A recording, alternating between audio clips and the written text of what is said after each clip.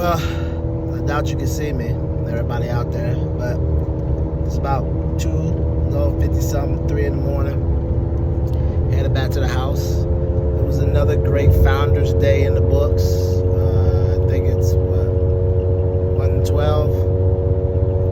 It makes 112 years, I think. I can't remember exactly, but yeah, it was another great Founders Day in the books. Yeah, it got to be 12 because 2011 was 100 years, so yeah, it got to be 112. So that was another great Founders Day in the books. Hanging out with the chapter.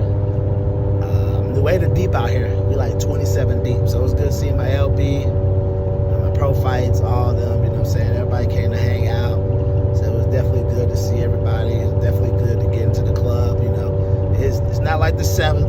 Well, you know, we already got the grill and everything else up for free, but Bruhz did have food for free in the beginning before they started charging, and we did get in the club where everybody else came, but so it was cool, you know what I'm saying? Went there last year, we pretty much did what we did last year. Went in there for a little bit, stood around, had a drink, then we stood outside and we just pretty much talked, and catch up on times, talk to Bruhz, you know, just do what Bruhz do best and just sit around and talk. So it was always good to fellowship on Founders Day, you know what I'm saying? Because you know, you live out here in the DFW, everybody's so spread out, live in different parts, so it's good to have everybody come together and have that moment where, you know, we all kind of kick in and, you know, do our thing. You know, we get together here and there. We got together for our retreat this past summer, which was real good. Dallas Bruhz, we planned that and all that good stuff, so, you know, it's always enjoyable. But, yeah, I'm looking at myself right now. I can see it's kind of dark, but just kind of work with me.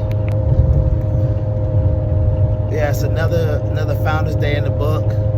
Another good time hanging out with the Bruhz. Another good time us all coming together. You know, especially being in the DFW area, everybody's so spread out.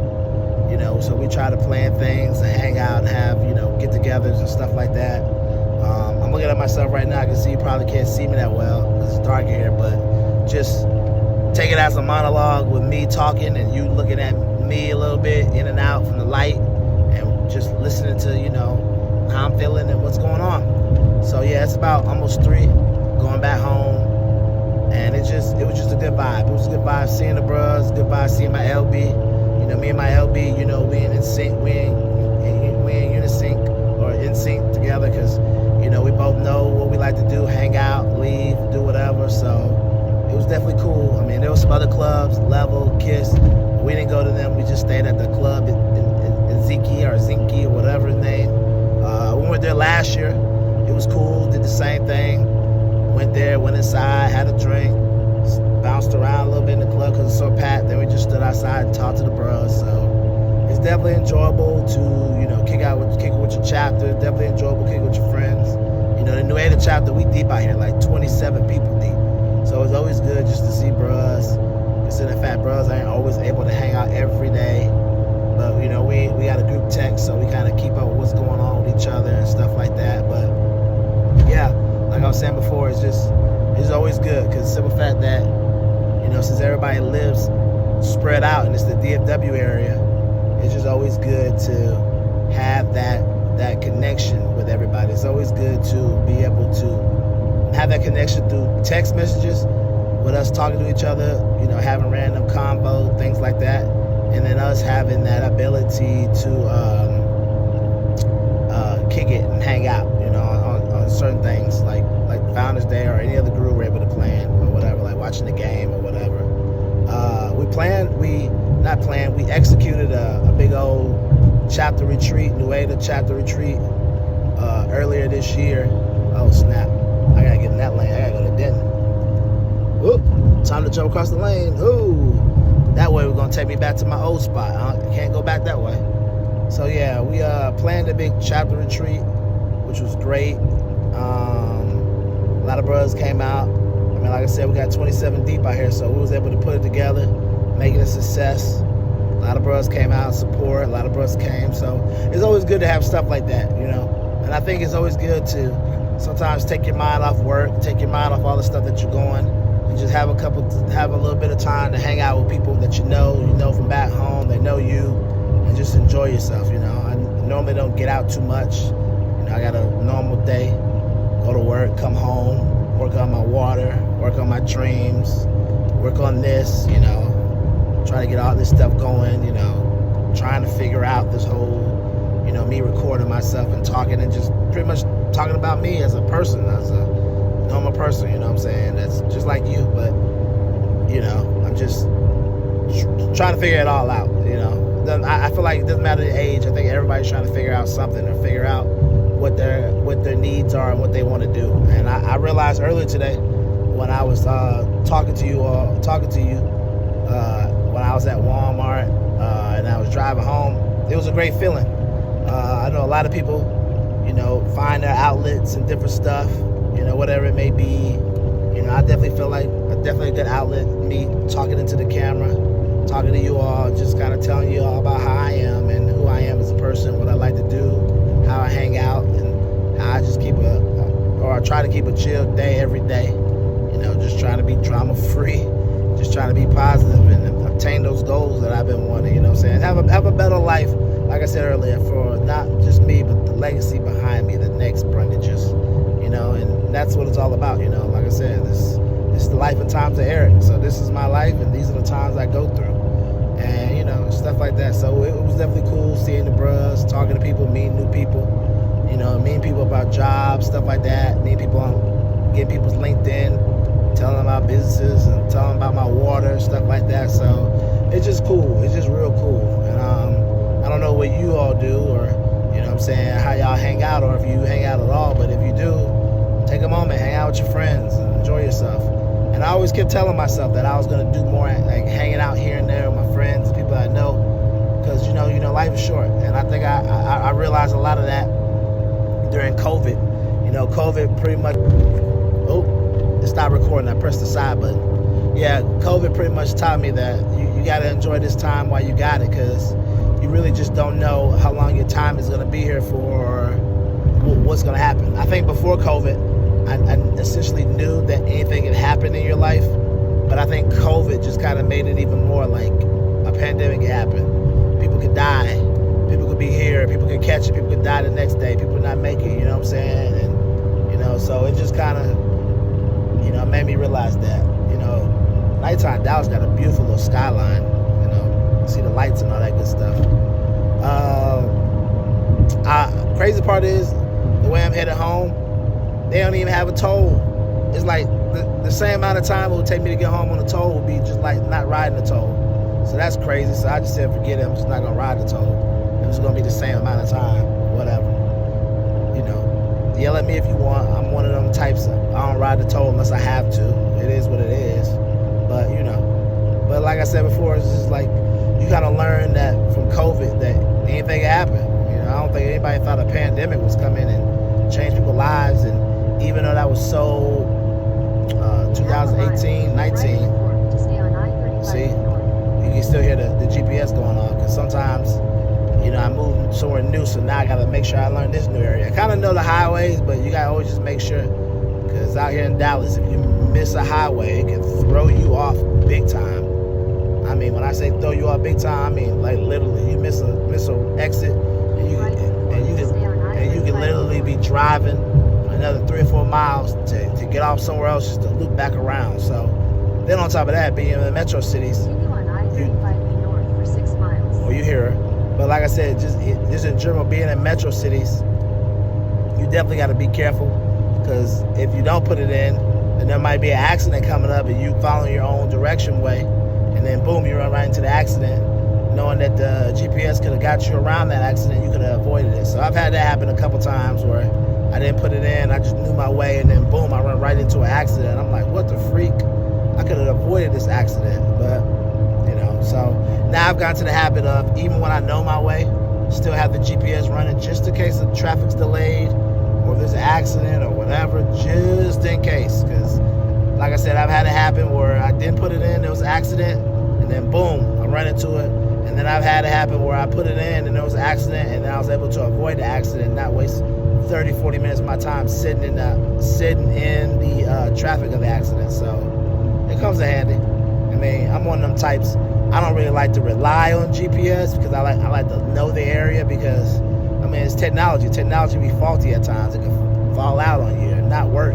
So it's good to know your area. Then on top of that, like I tell First Lady, What if I get kidnapped?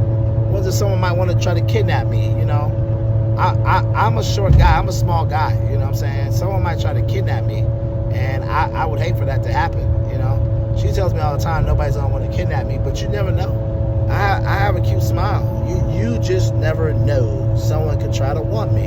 So, yeah, with that being said, I just like to know the area without using GPS and know where I'm going, know this way, north, south, east, west, all that good stuff. So, but yeah, like I said before, you know, with COVID happening and all that, you know, I think I have been making it one of my resolutions every year to just try to spend more time with people that I know, people that I call friends, or just take time out to text people and do better. And I really still got to work on that. Just texting some of my old friends, old classmates, college, undergrad, grad school, just seeing how they're doing. I mean, I'm not doing too good at it now, but I'm here and there, touch and go. But I want to definitely do better because I don't want to get too consumed in my life to the point where I don't check up on other people to see how they're doing. And, you know, sometimes you checking up on people could be what they needed. They could be going through something, and then you check up on them, and boom, that's what they needed to hear. So, yeah, I mean, I definitely feel like that's really much needed. So, all right, I'm going to cut in and cut back out. So, hold on. All right, I'm back.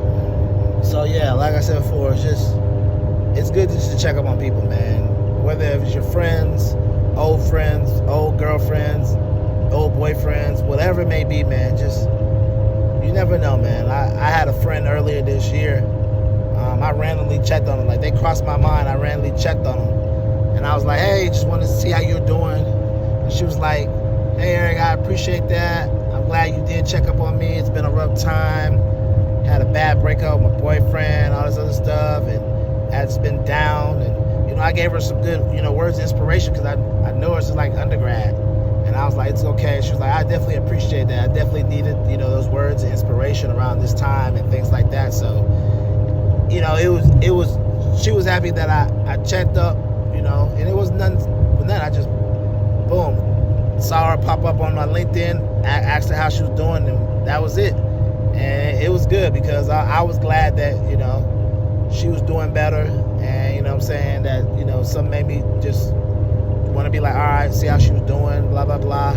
And to find out she was going through all that, she was in a dark place, she said. And, you know, me just telling her it's going to be okay. I've been there before. And, you know, I kind of just was, you know, put the word in and definitely thought positive. And, you know, her telling me, I appreciate that. That's the type of stuff you need, you know. Because sometimes when we tell people we're friends, you know, you really got to be a friend. Whether you be a friend or associate, you really got to, you know, just be there for people, you know. Just and a simple just, hey, how you doing? Hey, didn't really want none, just want to make sure you've been doing all right. You know, that goes a long way with people, you know. Even when people do it with me, it means a lot because it's like, hey, you know, you wanted to see how I was doing. You want to make sure I'm not losing my mind, and you know, you just want to give me some words of inspiration and things like that. So I think a lot of times when I read about people, you know, taking their lives or going into a dark place or going through something, you know, it's a lot of times because they always be like, you know, no one really checked in on me and never really had nobody to talk to and never really had nobody just to, you know, just little small little things that mean a lot that don't really cost nothing. You know, it's not you having to spend money. It's not you having to take them out. It's not you having to do all this. It's just simply you just being like, hey, just wanted to see how you was doing. I just wanted to see how it was going with your life, and I hope everything's been all right. Just something simple like that, you know what I mean? And stuff like that that's so simple means a lot to so many people. And because it means a lot to so many people, like, because we're all like human. We all, you know, we all go through things. We all have stuff happen to us. Lose your job, whatever it may be. We all had that, and it's just crazy, you know. It's definitely crazy. Trust me. If anybody knows, I definitely lost a job before. Lost the jobs before. And I tell you, after that first time losing that job, I just kind of built an armor around it. Like, I lost my job, and it is what it is now. But the first time, when I did lose my job, I was like, dang, this is crazy. I felt so bad. I was in Atlanta, and I was like, I can't believe this has happened. I felt like, what did I do to lose my job? But then you had to realize, like, you could be the best employee and you just lose your job. But I think I needed that to happen to me so that I could build the armor that I have around myself now, so that if stuff happens, I don't really fret or worry about it. But I feel like my armor was being built up then, but it wasn't as thick as it is now. Now my armor is super thick because I felt like this last year I've had so much crazy stuff happen to me that I've gotten to the point where it's like I no longer believe like it's all got to be on me. I have the theory now of, instead of all being on me or I got to do all this, I have the theory now of just gotta trust the Lord. That the Lord gonna take care of me. He's gonna make a way. You know, I pay my tithes. I sow a seed. I try to sow even more seed, but at the end of the day, I know the Lord is gonna be there for me. And I know a lot of people will be like, man, dog, that don't always be working, whatever. You can believe what you want. You can feel however you want. But I know for me, he's definitely come through in the clutch. And like they say, like, and it's always be at the midnight hour so that he can hide it from the devil, even though it sucks having to wait so long. And there's even times where I had like 30,000 feet in the air and not really seeing stuff, and then afterwards learn something. So there's always a learning behind it. There's always something you can learn. There's always something that, you know, you kind of get from it. And it sucks. But at the time when you're going through it, it sucks. It super sucks. You're just like, what the freak? But in the end result, you know, it's always worked out for me. And I think now at this point in my life, I'm just trying to build the life I've always wanted. A life where I'm able to go hang out with my kids. A life where I'm able to not feel like I'm always constrained to a clock. A life where I'm able to feel like I'm doing something that makes me happy. Doing something that I could be proud of. And I think at the end of the day, that's what it's all about for me. And because I feel like that, I'm motivated to have that, because I think I've wanted it for so long, but never, well, I'm not gonna say never. I think I wanted it for so long and I pushed towards it and not attain it. I think I have to really focus and focus on that and really get locked in even more, because I really want to be at the point where, like I said before, I have a long-lasting legacy for my daughters, and I just want to be there for them whenever they need me to. You know, they get sick, I could be there for them. They want to go to the baseball games or have stuff at school, I could be there for them. And I just want that more than anything in life. You know, being able to be there for them, being able to take care of them, and just being that father figure that's like, daddy's here, you know. Like today, my daughter had something at her daycare, and First Lady went, but I wanted to go, but I was tied down at work. Like, I couldn't go. Had just started the job, and I couldn't go, and I just felt so bad, because it's like I used to work from home, and now I'm just like, I'm feeling like how E.T. said, I can't go see my baby because the job won't let me, and this and that. It just sucks, and I'm just tired of it. I want to be a parent that's being able to make money, live the life that I want, and then also being able to spend time with my kids. Because even though she's young and she might not remember it, just seeing her face and having her be like, oh, daddy's here, and her just loving it, you know. And it starts with the small things, because even though she's young now, you know, if it doesn't bother you now, then eventually she's gonna get older, like in elementary, junior high, and you're gonna be tied down to a desk or whatever. You're not gonna be able to go see her. So why even wait that long? I need to put things in motion to be able to make myself be free, so that I can always be there for her no matter what. You know, like my brother is with his daughters. Like, he's able to go on trips, he's able to do stuff at school with her. He's just always able to do it with his job. And you know, and depending on who you are and what kind of job you are, your job might be able to let you do that. And, you know, job I have now, no, I have to be in the office, whatever. But in the end result for me, it's not even about having a job and having the freedom. Even if a job gave me the freedom to do it, that would be great. But at the end of the day, I just envision my life being different. Like, I have visions of me jumping out of Bentleys and Rolls Royces. I know people will be like, oh, that's crazy. Are you materialistic? No, I'm not materialistic. Just those are always visions I have, because it's a car I always wanted to drive. I like them. You know, I've gotten my dream cars in my life. I've gotten the Impala, and 2 more dream cars I gotta get. I gotta get a Tahoe, and I gotta get a Bentley. Those are like the 3 cars I've always wanted in my life ever since I've been 8. You know, I saw Master P on Cribs. He had an Impala, and I was like, I gotta get it. I ended up getting that. Now I just gotta get a Tahoe, which is attainable. And then now I gotta get a Bentley, which is extra next level attainable. So I know I can get them. I know I have the drive. It's just all about me locking in, being a better person, taking my life to the next level, and just locking in on something and being able to go. And to go there, I have to be willing to put myself out there. And I think a lot of times I put myself out there, but it's in certain diameters or parameters so that I don't get laughed at too much. Because I put myself out there before and been laughed at, and it sucked. No matter how hard your skin is, especially when people that you know are laughing at you. So now I've just got to work on every day just being like, I don't care, and just put myself out there. It works. Because like I said, before, I see kids on social media putting themselves out there and boom, boom, boom. They living the life they want. And that's what it's about, living the life you want and being happy and making money doing that. And they don't worry about that. They don't worry about what people think. And I don't worry about people think, but then sometimes I do worry about people think. So I want to make sure I get to the point where I don't care.